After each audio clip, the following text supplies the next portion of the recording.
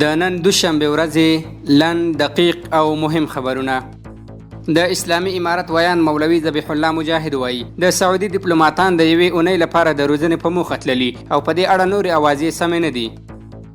د بهرنۍ چارو وزارت په ترکیه او سوریه کې د وروستۍ زلزلې له امله چې پکې سلګونو کسانو ته مرګ ژوبله اوښتې او همداراز ډېر مالي زیان هم اړولی له خپلو مسلمان ورونو هیوادونو او ولسونو سره د افغان ولس او حکومت په استازیتوب ژوره غمشریکي وښوده.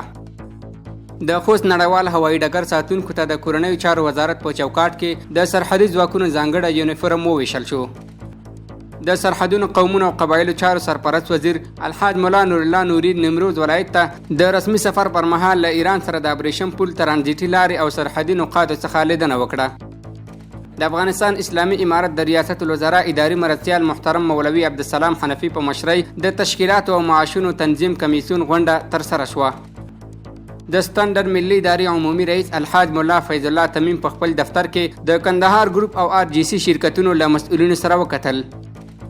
د استخباراتو لوی ریاست وایي د دې ریاست اړوند مجاهدو ځواکونو له لورې په کابل ښار کې د نعیم په نوم هغه انسان تښتونکی چې د پیسو د ترلاسه کولو په موخه یې د ایران له اصفهان ښار څخه د پشمان په نوم یو تن ماشوم را تښتولی او ونیول شو او زیاتوي چې ژغورل شوی پشمان خپلې کورنۍ ته روغ رمټ وسپارل شو. افغاني سره میاشت وایي نن ورځ حاجي امیرزاده روغتون ته 22 د سوري زړه په ناروغۍ اخته ماشومان ور وپېژندل شول. د افغانستان بانک د چهارشنبې په ورځ 18 میلیونه ډالر د لیلام په ډول پلوري.